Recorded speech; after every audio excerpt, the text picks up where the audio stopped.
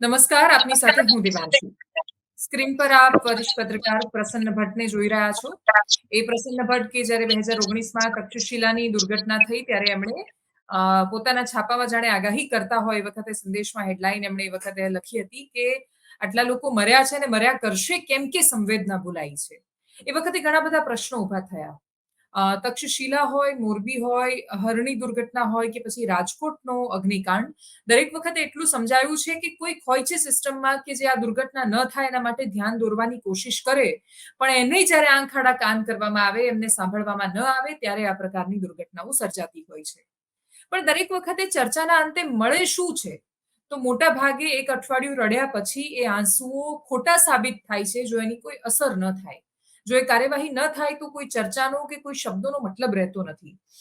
પ્રસન્ન ભટ્ટ આપણી સાથે જોડાયા છે અને એમની પાસેથી એ સમજવું છે કે તક્ષશિલામાં સર જ્યારે તમે રિપોર્ટિંગ કર્યું, આટલું બધું લખ્યું, આટલા બધા સોલિડ પ્રશ્નો કર્યા, પણ એના પછી જ્યારે ફરી એકવાર મોરબી થયું કે પછી વડોદરા કે રાજકોટ થયું, તો તમને એનું એ જ બધું પુનરાવર્તન ન લાગ્યું? હાજી જી દેવાંશી. શું એ પુનરાવર્તન નથી એ બધી ઘટનાનું? અને જો આવું થવાનું જ છે તો એ વારંવાર લખ્યા કરવાનો મતલબ શું? મને પૂછ મારે હલો હા જી સર, તમને પૂછી રહી છું. જી દેવાંશી, તક્ષશિલાની દુર્ઘટના એ ક્યારેય ન ભૂલાય એવો આઘાત છે પ્રત્યેક સુરતવાસીના હૃદય પર. લોકોએ આ સોશિયલ મીડિયાના જમાનામાં ગુંગળાઈને કૂદતા, ચોથા માળેથી મરવાના ડર વિના કૂદતા, તરફડતા, ગુંગળાતા, ભડથું થઈ ગયેલા એ મૃતદેહોના ઢગલા જોયા છે. આજે કમનસીબે એનાથી તીવ્રતામાં 30, 40, 50% વધુ તીવ્ર ગોજારી ઘટનાનું સાક્ષી રાજકોટે બનવું પડ્યું છે. દેવાંશી, જે પરિસ્થિતિ છે, તક્ષશિલા દુર્ઘટના વખતે વી were in the same organisation, આપણે એક જ સંસ્થામાં હતા, અને એનું ગૌરવ લેવાનું, એનું સ્વાભિમાન લેવાનું મને સમજણ નથી પડતી. પણ એ તક્ષશિલાની ઘટનામાં પહેલીવાર આપણે એ રીતનું પત્રકારત્વ કરેલું કે જેમાં સરકારી તંત્રના જવાબદારોને આરોપી બનવાની પરિસ્થિતિનું નિર્માણ થયેલું. એટલે સામાજિક દબાણ ઊભું થયેલું અને ઘટનાની તીવ્રતા આપણે એટલી પ્રસ્થાપિત કરી શકેલા કે જેમાં ના છૂટકે સરકારી તંત્રએ, ના છૂટકે કહું છું કે સરકારી માણસોને આરોપી બનાવવા પડેલા. એના ઇન્વેસ્ટિગેશનમાં પહેલી નજરે જે હું એક આપના ટોક શોમાં સાંભળતો હતો, તમે દલપતરામની કવિતા યાદ કરી, પૂરી એક અંધેરી ને ગંડુ રાજા, ટકે શેર ભાજી ટકે શેર ખાજા, બધી ચીજ વેચાય અહીં એક ભાવે.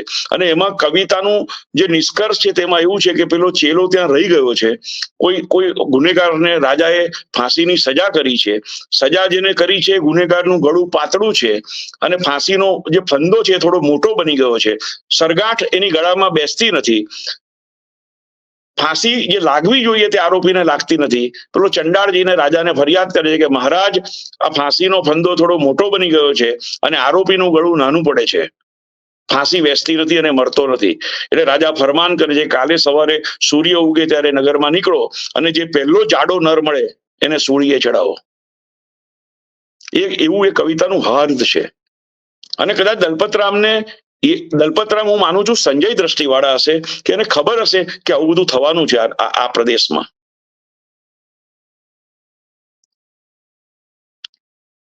પણ મારો સવાલ એ છે કે શું દલપતરામ આજે હયાત હોત તો એ પોતાની કવિતાની સાર્થકતા પર ગૌરવ લઈ શકત ખરા? એ ગૌરવ લેવાની કિંમત શું મારે પ્રત્યેક સર્જકે એ નિર્દોષોના જીવ આપીને વસૂલવાની છે? કે આપણે એવું ગૌરવ લેશું તક્ષશિલામાં અમે સરકારી તંત્રને આરોપી બનાવ્યું, સરકારી તંત્રના જવાબદારોને આરોપી બનાવ્યા? પણ મારે દુઃખ સાથે કહેવું છે કે અમે દાખવેલી આક્રમકતા અને પ્રજાના રોષને પામી ગયેલા તંત્રએ જે આરોપીને પકડ્યા, એ પછીના ઇન્વેસ્ટિગેશનમાં મેં જવાબદાર અધિકારીઓને કેટલાક, એ ઘટનાની તારીખ મને હજુ યાદ છે, હું ભૂલી નથી શકતો, 24 મે 2019ની એ ગોજારી ઘટના છે, એને 5 વર્ષ પૂરા થઈ ગયા છે.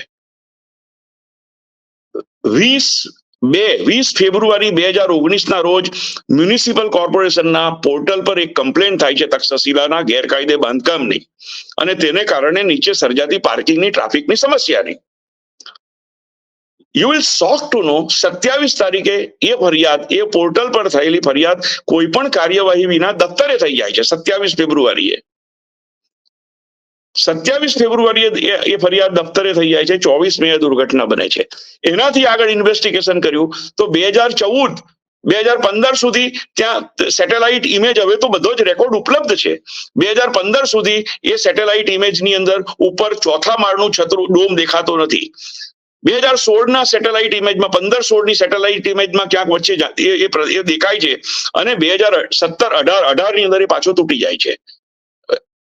અને 2019ની ઘટના પછી એ તૂટી જાય છે. 2016-17-18 માં એ ડોમ દેખાય છે. 19ની ઘટના પછી પાછું એનું ડિમોલિશન થાય છે.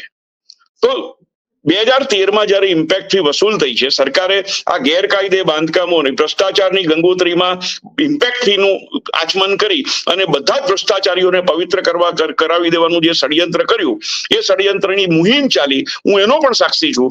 જે અધિકારી વધારે ફાઇલો ઇમ્પેક્ટ ફીમાં ક્લિયર કરે એને મુખ્યમંત્રીએ બોલાવીને સન્માનિત કર્યા. એ સન્માનિત થયેલા અધિકારીઓ 2013માં જેને સન્માન કર્યા હતા, એ સન્માનિત થયેલા અધિકારીઓને તક્ષશિલાના ગાળિયામાં ફિટ કરી દેવાયા, આરોપી બનાવી દેવાયા. એ લોકોએ જયારે, હું આજે આ જાહેર મંચ પર કબૂલું છું, તમારી સામે એક પત્રકાર તરીકે કબૂલું છું કે 2013માં ઇમ્પેક્ટ ફી વસૂલ થઈ ત્યારે તક્ષશિલાનો એ ચોથો માળ નહોતો. તક્ષશિલાનો ચોથો માળ જે સમયમાં બન્યો, એ સમયના જવાબદાર અધિકારીને આરોપી બનાવવાની કોઈ દરકાર, કોઈ સંવેદના, કારણ કે જ્યારે ઇન્વેસ્ટિગેશનમાં પ્રસ્થાપિત એનો ઘટસ્ફોટ થયો ત્યારે તક્ષશિલાની તીવ્રતા, તક્ષશિલાનો આઘાત શહેરના સામાન્ય જનથી સંકોચાઈ અને ધીમે ધીમે એ પોતાના સ્વજનો ગુમાવનાર પદના પરિજનો અને તારા મારા જેવા કોઈ બચી ગયેલા 2-4 ગણ્યા ગાંઠ્યા પત્રકારો પૂરતો સીમિત થઈ ગયો હતો.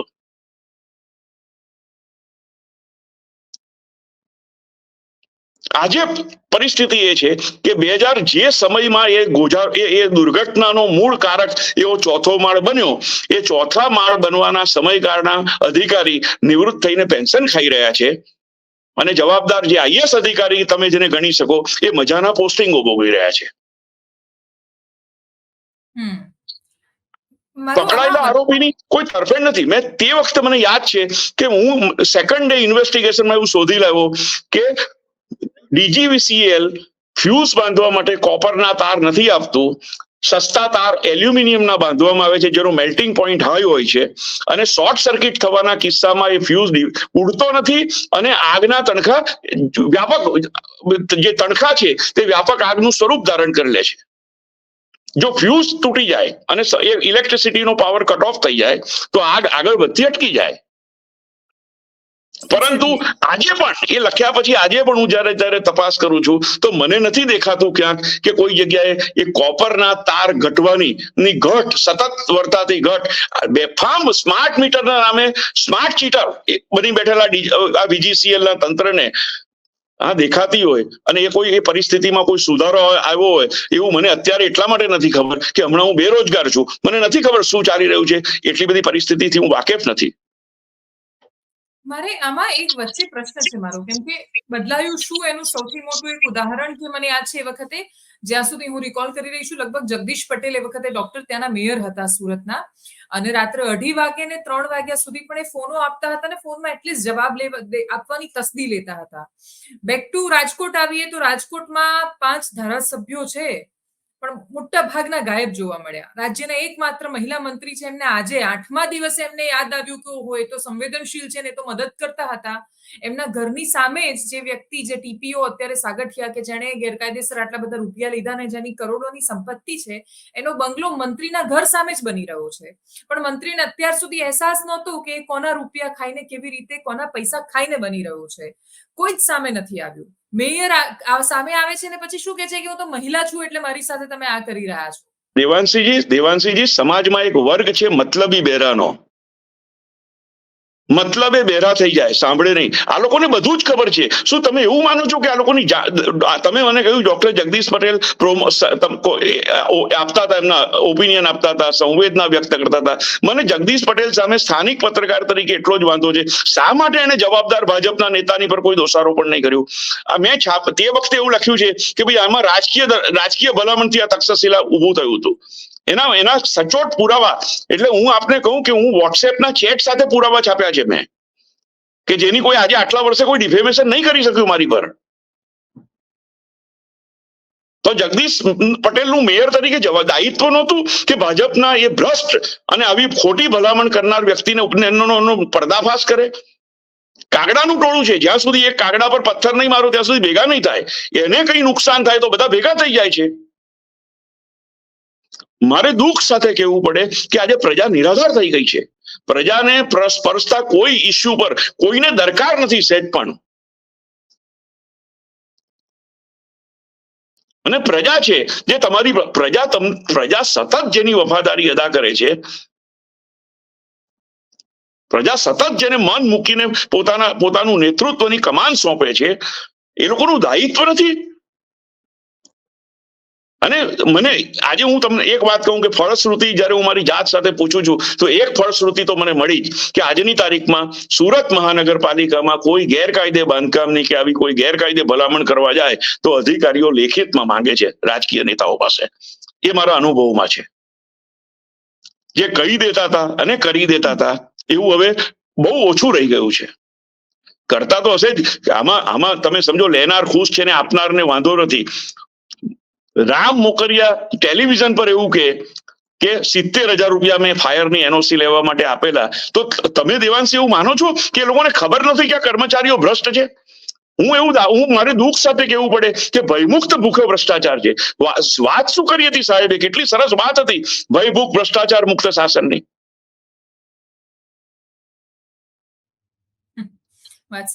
સાગઠિયા હું 2013માં ત્યાં રાજકોટમાં હતો, ત્યારનો હું એને સાંભળું છું. એ લોકોને ખબર નથી એવું છે. પણ આ જે ચોક્કસ અધિકારીઓ છે એ લોકો જે બાજુનું પવન તે બાજુનું સુપડું મૂકવા માટેની જબરજસ્ત મહારત વાળા એ લોકોએ હાંસલ કરી લીધી છે. પ્રજાનું કામ તો કરવાનું નથી. પ્રજાનો કોઈ અવાજ નથી. પ્રજાના કામને માટે કોઈ પૂછવાની ત્રેવડ વાળો કોઈ નેતા દેખાતો નથી.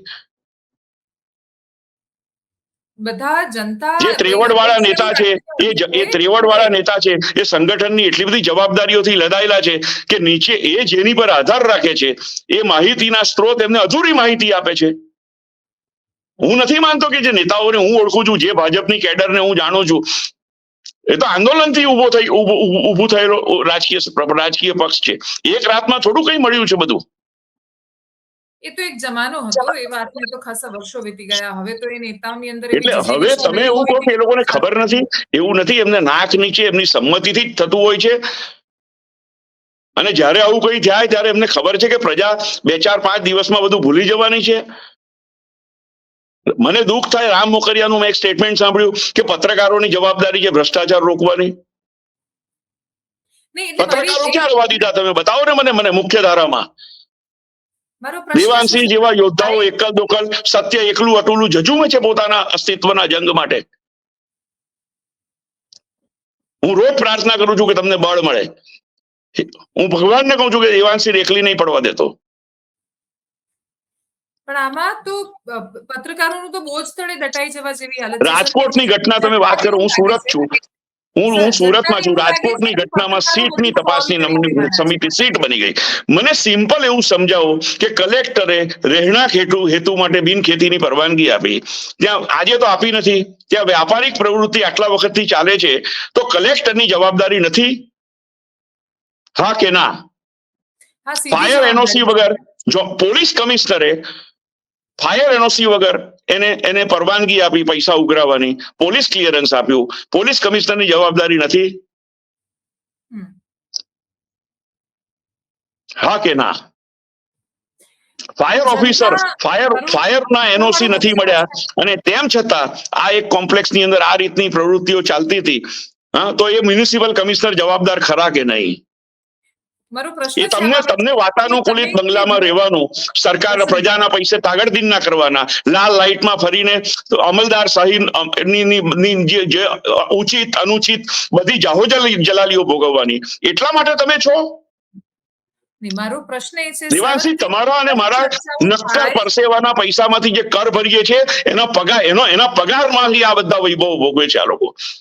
સર, આ આખી દુનિયાને ખબર છે ને તોય કોઈ ફરક કેમ નથી પડતો એ પ્રશ્ન છે. નહીં, એટલે હું આપના માધ્યમથી ખાલી આટલું આપણા બોલવાથી, આપણી આટલી વેદનાથી કોઈ જડતાની અંદર સંવેદનાનો સંચાર થાય કે ન થાય, એક પ્રયત્ન છે આપણો. તો આ થવાનો હોત તો કદાચ થઈ ગયો હોત. મારો પ્રશ્ન શું છે કે નહીં, નિરાશ થવાની, હું તો નિરાશ નથી થતો. આટલા વર્ષથી જજુમો છું, તમારાથી એક જનરેશન આગળ છું. જે મને નજીકથી ઓળખે છે, તમે પણ જાણો છો કે પત્રકારત્વની તવારીખ પર જે કઈ સંઘર્ષ જે કઈ બી મથામણો કરવી પડી, આપણે બધી જ કરી. પરમાત્માએ તક આપી, નહીં આપી, આપણે ક્યારેય નિરાશ નથી થયા. માત્ર આ વલોપાત, આ જે કઈ વેદના છે, હા, પત્રકાર છીએ ને, સારા પત્રકાર એટલા માટે છીએ કે જ્યારે કોઈ આવી, મને કોઈકે એકવાર પૂછ્યું કે તમે, મેં રાજકોટની અંદર એક છોકરી છે પૂજા કરીને, એ મેન્ટલી ડિસેબલ્ડ છોકરાઓ માટે કામ કરે છે, ગાંડા ગબલાની માં એવું નામ આપ્યું હતું મેં એને. તો એનું એક વખત મેં કંઈક લખ્યું તો એ છોકરીએ મને એવું પૂછ્યું કે સાહેબ, તમે, મને એવું લાગે છે કે તમે જાણે મારા વતી લખી દીધું છે, હું જ લખું છું, તમે આવું કેવી રીતે લખી શક્યા? એટલે મેં એવું કહ્યું કે એક સ્પેશિયલ ચાઇલ્ડ, એની મધર અને એની વેદના, તો હું મારી જાતને તમારી જગ્યાએ મૂકી અને ઇવેલ્યુએટ કરું છું કે શું હોઈ શકે. અને બીજું એનાથી વધારે કે હું એક અમારા શ્રેયસ સ્કૂલની અંદર વડોદરામાં હું ભણેલો. હા, તો અમે મંગુ નામનો પાઠ અમને ગુજરાતીના શિક્ષક ભણાવેલો, જે આજે પાઠ્યપુસ્તકોમાંથી ઓમિટ કરી દીધો છે આ લોકોએ. વાઘજી મોચી મંગુ, તો એ મંગુ એટલે એક આવું સ્પેશિયલ બચ્ચું છે. અને મંગુની વિધવા માની જે વેદના છે, મંગુની વિધવા માનો જે વલોપાત છે, એની જે મનોદશા છે, એ ગુજરાતીના પાઠ્યપુસ્તકમાં 10મા ધોરણમાં ભણેલો હું. અને એને મારી સંવેદના જીવતી રાખી છે. તો હું કે દેવાંશી શા માટે આટલું સારું બોલી શકે છે? હું દાવા સાથે કહું છું કે આ બોલવા, જેને દેવાંશી બહુ સારું બોલે છે એવું કહેનારા જે શ્રોતાઓ છે, જે તમારી હોસલા અફઝાઈ કરે છે, એ બધાને મારે કેવું છે આ મંચ પરથી કે દેવાંશી એને માટે અસહ્ય, તમે કલ્પી નહીં શકો એટલી પીડા જ્યારે ભોગવે છે ત્યારે આ શબ્દોનું સર્જન, આ શબ્દની સૃષ્ટિ સર્જાય છે. એ વલોપાત એકલી દેવાંશીને ખબર છે કે એ શું, એ જે બાળક ગુજરી ગયું છે, એ બાળકની ગુજરી ગયેલી બાળકની માતા જો બચી ગઈ હોય, તો એ એની સાથે ન હોય ને બચી ગઈ હોય, હા, તો એ માની વેદના શું હશે? એ જયારે આત્મસાત કરે છે દેવાંશી, ત્યારે આ શબ્દો સ્ફુરે છે. આ સ્ક્રિપ્ટ થોડી લખીએ છે, આ તમારી સામે હું બોલું છું તો કઈ લખીને થોડો વાંચું છું. દેવાંશી કોઈની પણ સાથે બેસી જાય છે, અજયભાઈ સાથે વાત કરે કે રોનક સાથે વાત કરે કે પ્રસન્ન ભટ્ટ સાથે વાત કરે, તો દેવાંશી, તમે અને હું જયારે આજે ફેસ ટુ ફેસ થઈએ છીએ તો કોઈ વિષય થોડો નક્કી કર્યો છે આપણે માત્ર આજની આ વ્યથા, બસ આટલી જ વાત હતી આપણા મગજમાં કે મને ખબર છે કે દેવાંશી આ જ મુદ્દા પર મને પૂછશે કઈ. મેં પહેલી વાર કેટલા બધા વખત પછી મેં આ પીડીએફઓ કાઢી બધી મારી કે મેં શું લખ્યું હતું. મેં એમાં લખ્યું છે મર્યા હતા, મર્યા છે અને મરતા રહેશે. મેં આપને મોકલી છે, સ્ક્રીન પર પ્રોમોમાં બતાવજો, બતાવાય તો. શરમ નથી આવતી મને એને થોડી? હું એમ કહું કે જવાબદાર ધારાસભ્ય ઘટનાના દિવસે સ્માઇલિંગ ફેસ સાથે ક્લિપિંગ આપી શકે. આજ શું અસલી ચહેરો આજ છે તમારો?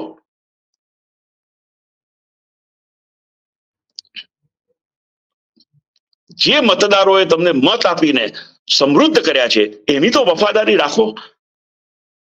ઈશ્વર પૂછવાનો છે. હું દરેકને દર વખતે કહું છું કે પરમાત્મા છે અને પૂછશે, જવાબ આપવાનો છે. એક કાલ્પનિક પરિસ્થિતિનો પ્રશ્ન છે સર કે જો ભારતીય જનતા પાર્ટી અત્યારે વિપક્ષમાં હોત તો?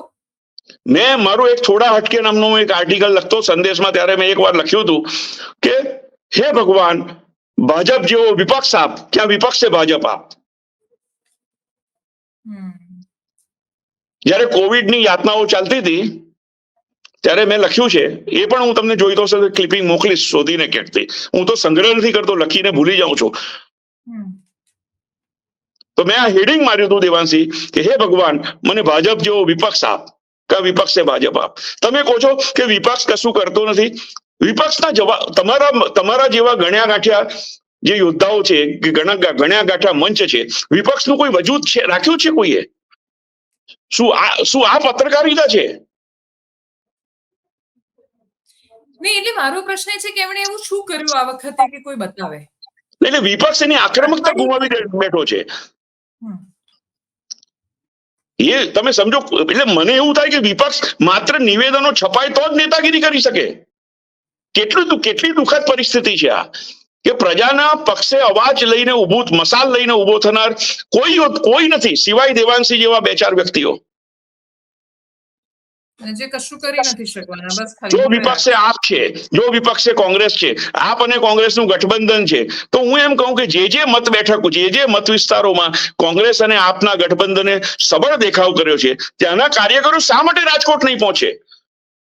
રાજકોટમાં ઘટેલી ઘટના ગુજરાતના કોઈ બીજા ખૂણામાં ન ઘટે એની જવાબદારી બધાએ નહીં લેવી પડે. સુરતમાં ઘટ્યા પછી મોરબીમાં ઘટ્યા પછી વડોદરામાં ઘટ્યા પછી રાજકોટમાં ઘટ્યું, અને સરવાળ તમારા તમે એમાં હું સાંભળતો હતો. હું ઓનેસ્ટલી કહું છું કે હું તમને રોજ સાંભળું છું. જેટલું પણ તમારું પ્રોડક્શન છે એના ગો થ્રુ થયા વગર હું રહી નથી શકતો એક એના તરીકે. તો મેં એવું સાંભળ્યું કે બધા જ આરોપીઓ જામીન પર છૂટી ગયા. તો હું અહીંયા તમે સમજો ન્યાયિક પ્રક્રિયા છે. સુરતની તક્ષશિલા કાંડમાં આરોપીઓ જામીન પર છૂટ્યા તો એની અંદર પ્રાઇમા ફેસી પુરાવા છે. કોર્પોરેશનનો જ રેકોર્ડ એવું કહે છે કે 2013માં ઇમ્પેક્ટ ફી ફરી ભરાઈ ત્યારે આ ઘટના ત્યારનો આ ગુનો નથી. આ ગુનો 2000 સાચા આરોપીને પકડ્યા નથી અને ખોટા આરોપીને સજા કરાવવાના એની અંદર એના પ્રપંચ ઉભા કરી અને છેલ્લે છૂટી જશે. જવાબદારો બધા મજા કરશે. સર, આનું કન્ક્લુઝન હું એ રીતે લઈ શકું કે આપણી ભારતીય વ્યવસ્થામાં કમનસીબે ન્યાય નામનો શબ્દ અસ્તિત્વમાં નથી ખાસા વર્ષોથી. તમે એક પછી ઘટનાઓ જોશો એના વર્ષો પછી. હું એવું નથી, હું એની સાથે સંમત નથી. ન્યાય તો છે. ન્યાયની ચોખટ સુધી જેમણે લઈ જવાનું છે ને, ન્યાયના ઉંબરા સુધી જેણે મુદ્દાને પહોંચાડવાના છે એ ભ્રષ્ટ છે.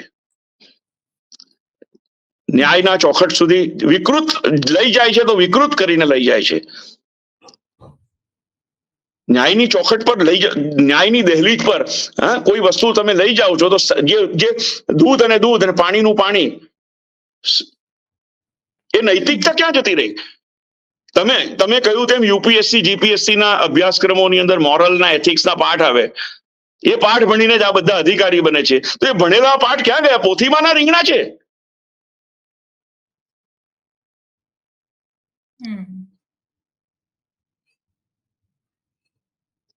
કોઈનો એનો અંતરાત્મા એવું કહેતો નથી કે આ નહીં કરવું જોઈએ. આત્મા મરી ગયો છે. ચંદ્રકાંત બક્ષી બહુ સરસ કહેતા સર કે સરકારને કરોડ મોઢા હોય છે પણ એક આત્મા નથી હોતો. નહીં પણ એટલે વેરી ડિસઅપોઇન્ટિંગ સિનારીઓ. હું ક્યારેય નિરાશ નહીં થનારો માણસ છું. નિરાશા આવે તો પણ ખંખેરીને પાછો ઉભો થઈ જાઉં છું.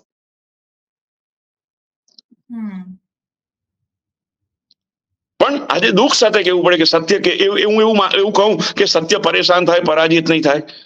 આજે દુઃખ સાથે કહેવું પડે કે એવી પરિસ્થિતિનું નિર્માણ કર્યું કે સત્ય પરેશાન પણ થાય, પરાજિત પણ થાય, લોહી લુહાણ થઈ જાય, નાબૂદ થઈ જાય, ખોવાઈ જાય. તમે વિચાર કરો કે બીજા દિવસે ક્રાઇમ સીન એબોલિશ કરી દેવાય, ઘટના સ્થળે બુલડોઝર ફરી જાય. અરે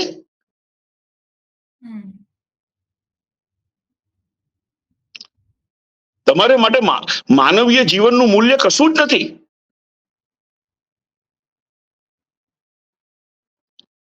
માણસને જો સમજે માણસ, પછી બધે તો માણસ. એ ગુજરાતી પંક્તિ છે.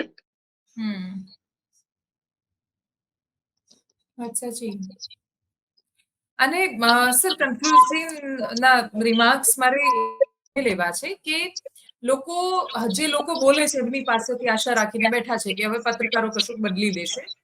એ વાસ્તવિકતાથી પણ તમે પત્રકારો બધું બદલી દેશે એવું લોકોને લાગે છે. એટલે તમે એ વાસ્તવિકતાથી એમને પરિચિત. ફરી એકવાર મને સ્પષ્ટ પ્રશ્ન પૂછો. લોકો એવું માનીને બેઠા છે કે પત્રકારો બધું બદલી દેશે, એટલે તમે એમને વાસ્તવિકતાથી રૂબરૂ કરાવો કે પત્રકાર ખાલી લખી શકે છે, બોલી શકે છે. પત્રકાર સસ્પેન્ડ કરવાના ઓર્ડર નથી આપતા, કે પત્રકાર એવું નથી કહેતા કે આ જે જવાબદારો છે એમની સામે કાર્યવાહી કરો. એ ખાલી પૂછી શકે છે. પત્રકારનું કામ છે એ તમારી સામે જે સ્પષ્ટ ચિત્ર છે તે ઉદ્ઘોષિત કરવાનું છે, સત્ય પરનો પડદો ઉખાડવાનું છે. સુરતની અંદર તક્ષશિલા કાંડમાં મેં એલ્યુમિનિયમનો ફ્યુઝ વાયર બંધાયો એ ઇન્વેસ્ટિગેશન કરીને આપ્યું. DGVCL નો જવાબદાર એન્જિનિયરની ધરપકડ થઈ. કમનસીબે, એટલે હું એવું નથી કહેતો શું, પણ યસ, ન્યાયની પ્રક્રિયામાં એને જામીન મળી ગયા. મેં એવું બતાવ્યું કે 2016ની નોટબંધીના સમયગાળા દરમિયાન તક્ષશિલાના ઇમ્પેક્ટ ફીના નામે તમે જે આરોપી પકડ્યા છે એ આરોપીએ તો 3 જ માળની ઇમ્પેક્ટ લીધી છે. ચોથો માળ જે તમે બતાવો છો તે 2016માં બન્યો છે. એનો આ સેટેલાઇટ ઇમેજનો પુરાવો છે, જે પુરાવો છાપામાં છાપ્યો છે. અને એવું નહીં, મોટા માતબર છાપામાં છાપ્યો છે, સંદેશમાં છાપ્યો છે પુરાવો આપણે. તો એ પુરાવો છાપ્યો છે. સામે 20/2/2019 રોજ થયેલી કોમ્પ્યુટરના SMC ના પોર્ટલ પર થયેલી ફરિયાદ 27 ફેબ્રુઆરી 2019 દફતરે કરી દીધી, એ પુરાવો મૂક્યો છે. અને છતાં પણ પોલીસ કમિશનરને આ પુરાવો આપ્યો છે કે સાહેબ, તમે જે આરોપી પકડો છો એ આરોપી નથી, સાચા આરોપી આ છે. કોર્ટમાં જ્યારે ટ્રાયલ ચાલશે ત્યારે તો પુરાવા બોલશે ને. કોર્ટનું કામ કોઈને સજા આપવાનું નથી, કોર્ટનું કામ ન્યાય આપવાનું છે. એક્ઝેક્ટલી. તો જે દિવસે કોર્ટના ટેબલ પર ત્યારે તમે ન્યાયમૂર્તિને એવું કહેશો કે કોર્ટ ન્યાય પ્રણાલી ખોટી છે. જે આરોપી 2013માં સિમ્પલ કોર્ટની ટ્રાયલ ચાલશે ત્યારે જે ચિત્રનું ત્યાં નિર્માણ થવાનું છે તે ચિત્ર આ હશે કે સાહેબ, આ કોર્પોરેશનની લોકની વર્ક ડાયરીનો પુરાવો કે 2012-13ની અંદર જ્યારે ઇમ્પેક્ટ ફીની ઝુંબેશ ચાલી ત્યારે અમે 3 માળની ઇમ્પેક્ટ લીધી છે. જે ચોથો કહેવાતો માળ કે જ્યાં દુર્ઘટના થઈ છે, જ્યાં ટાયરો મૂકેલા હતા સોભાના, જ્યાં આગ લાગી, ટાયરો સળગ્યા, ધુમાડો થયો, કાર્બનથી ગુંગળાયા લોકો, દાઝ્યા, મરી ગયા, એ જે સ્ટ્રક્ચર બન્યું છે એ 2014ની 15ની આ સેટેલાઇટ ઇમેજ નથી દેખાતું. 2016ની આ સેટેલાઇટ ઇમેજ જેમાં દેખાય છે ડોમ, એ વાતનો પુરાવો છે કે 2016 આ દરમિયાન આ બન્યું છે. તો એ દરમિયાન જે બન્યું છે, જેણે બનવા દીધું છે, જેણે પેલી ફરિયાદ દફતરે કરી છે, એ આરોપી હોઈ શકે, અમે આરોપી નથી. તો તે દિવસે કોર્ટને શંકાનો લાભ આપીને છોડવા પડશે કે નહીં, એવું કોઈ ન્યાયવિદને પૂછો. હું તો ન્યાયાધીશ નથી, હું કોઈ ન્યાયનો તજજ્ઞ પણ નથી કાયદાનો, પણ crime bit, court bit, political bit ના રિપોર્ટર તરીકેની કારકિર્દી દરમિયાન વિદ્વાન વકીલો સાથે રહેવાનો મને એ મળ્યો. અને મારી જે કઈ આવડત હતી એ લોકોની ગુડબુકમાં રહ્યો. તો જે હું શીખ્યો એ લોકોની પાસે. પત્રકાર હંમેશા વિદ્યાર્થી હોય છે. પત્રકારનું કામ જ સતત શીખ્યા કરવાનું છે, રોજ નવી પરિસ્થિતિનું આકલન કરવાનું છે. આજથી 5 દિવસ પહેલા દેવાંશીને ખબર હતી કે આ દુર્ઘટનાનું તમારે મૂલ્યાંકન કરવું પડશે. Analysis with Devanshi. આવું એનાલિસિસ કરવાની કોઈ કલ્પના રાખેલી કોઈ દિવસ દેવાંશીએ? ને ભગવાન પાસે રાખીએ આપણે? ભગવાનને કઈ આવું નહીં કરાવતો. હે પરમાત્મા, તું આવી સ્થિતિઓનું નિર્માણ અમને નહીં આપતો.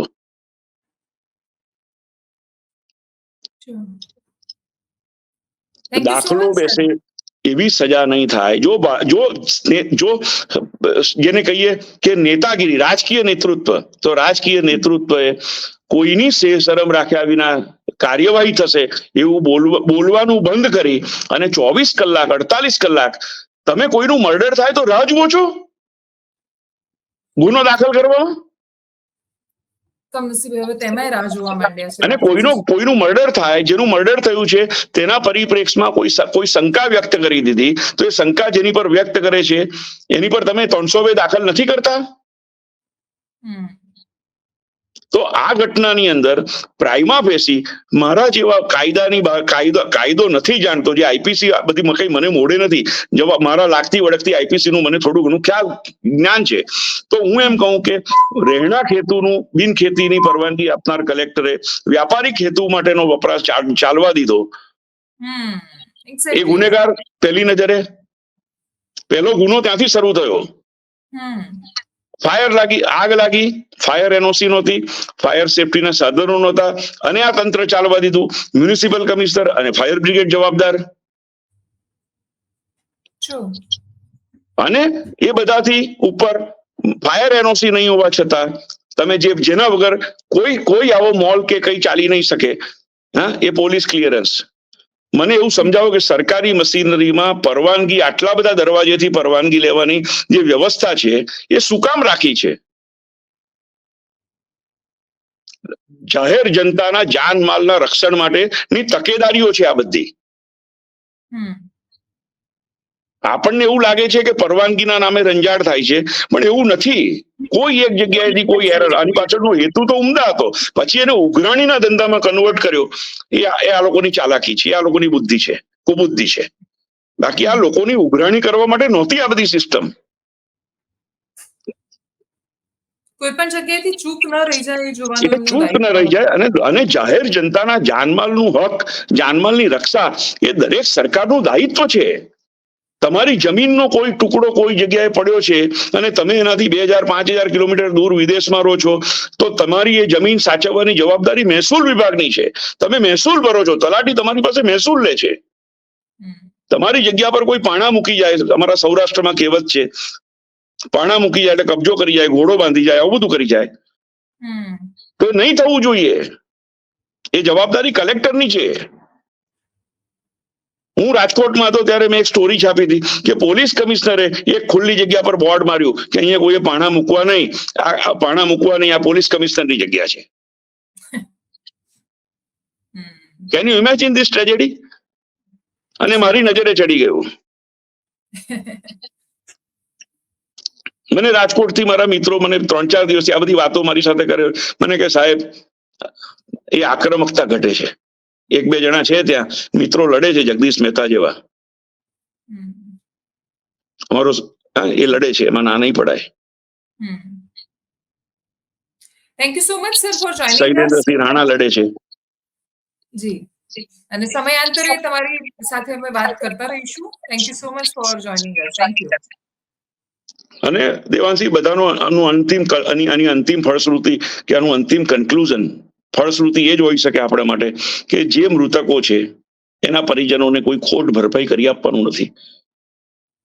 માત્ર ન્યાય આપો. અને એવું કરો કે બીજા કોઈ પણ સ્થળે આનો દાખલો લઈ અને એટલો ડર, એટલો ખોફ આ સરકારી તંત્રમાં હોવો જોઈએ કે ખોટું કરીશું તો સાલું કોઈ પણ દિવસ નડશે. ખોટું કરીશું તો નડશે, એટલો ભય જે નીકળી ગયો છે ને, એ આ બધી અરાજકતા અને દુર્વ્યવસ્થાનું પરિણામ છે. અને એ ભય પેદા કરવાની જવાબદારી સત્તાધારી સરકારની છે. મૌન રહીને તમે દિવસો કાપી નાખો, દુઃખનું ઓસડ દાડા. હા, એવું નહીં હોય. એ વ્યાજબી અભિગમ નથી. આપણે પત્રકાર છીએ, આપણે ક્યારેય પક્ષકાર નથી. આજે આ સરકાર છે, કાલે કોઈ બીજું હશે. જે હશે તેને આપણે તો ટોકવાના છે.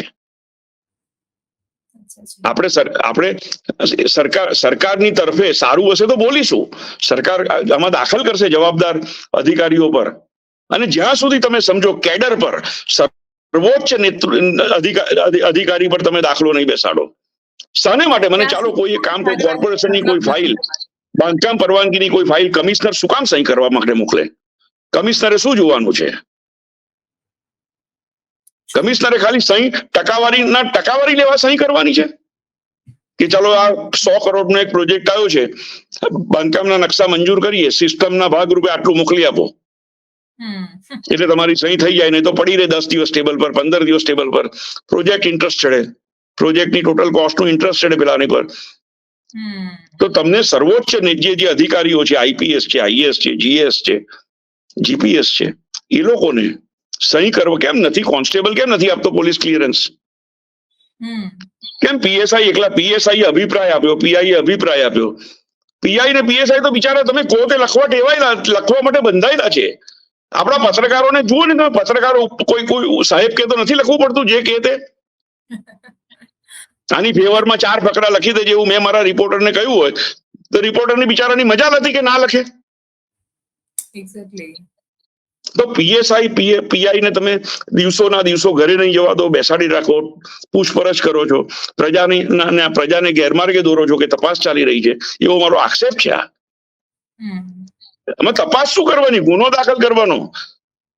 હવે તો કાયદાની મર્યાદાઓ છે કે અરજી પર તમે કોઈને બોલાવી નહીં શકો. એફઆઈઆર નોંધો અને એફઆઈઆર નોંધ્યા પછી ઇન્વેસ્ટિગેશનમાં બોલાવો. અદાલતો ન્યાયિક પ્રક્રિયાને લોકભોગ્ય બનાવવા માટે કેટલી તકેદારી રાખે છે. જેટલી તકેદારી રાખે એનું વિકૃત અર્થઘટન કરવાનું, પોતાના મરજી મુજબનું અર્થઘટન કરવાનું. આ માનસિકતા વ્યાજબી છે? દરેક અધિકારીને કેમ એવું નથી થતું કે હું સ્વતંત્ર લોકતંત્રનો એક લોકતાંત્રિક નોકર છું, પ્રજા મારી માય બાપ છે?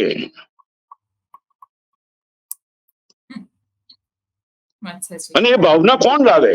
એ સરકારી જે જવાબદાર રાજકીય પક્ષની જવાબદારી છે કે દરેક અધિકારીને એવો અહેસાસ થાય કે હું પ્રજાનો નોકર છું. બધા સાહેબ વગર વાત નથી થતી કોઈને. અને હું અમલદારશાહી ના આતંકનો વિરોધી છું.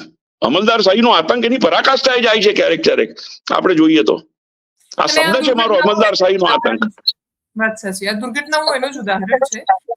Thank you so much for joining us sir. Thank you so much. Thank you. અને હું આનો અંત એ રીતે જ લઈ રહી છું આમાં કે માત્ર શાબ્દિક શ્રદ્ધાંજલિ આપવાથી કશું નથી પતી જતું. જેમ નેતાઓ આવીને કહીને જતા રહે છે કે ભાઈ અમે તો આટલું બધું કર્યું ને અમે તો બહુ જ સંવેદનશીલ છીએ, 2-4 મગરના આંસુ પાડીને જતા રહે છે. હવે તો આખી દુનિયાને સમજાય છે કે તમારા આંસુની કોઈ મતલબ નથી રહ્યો.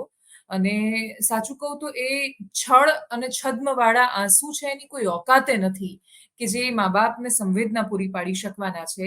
તમારું કામ માત્ર શાંતિ મળે આત્માને એવી શ્રદ્ધાંજલિ આપવાનું નથી, તમારું કામ ન્યાય આપવાનું છે. અને જો એ ન્યાય નથી આપી શકતા તો તમે કમનસીબે એ ખુરશીને લાયક નથી જેના પર આજ જનતાએ તમને બેસાડ્યા છે. નમસ્કાર.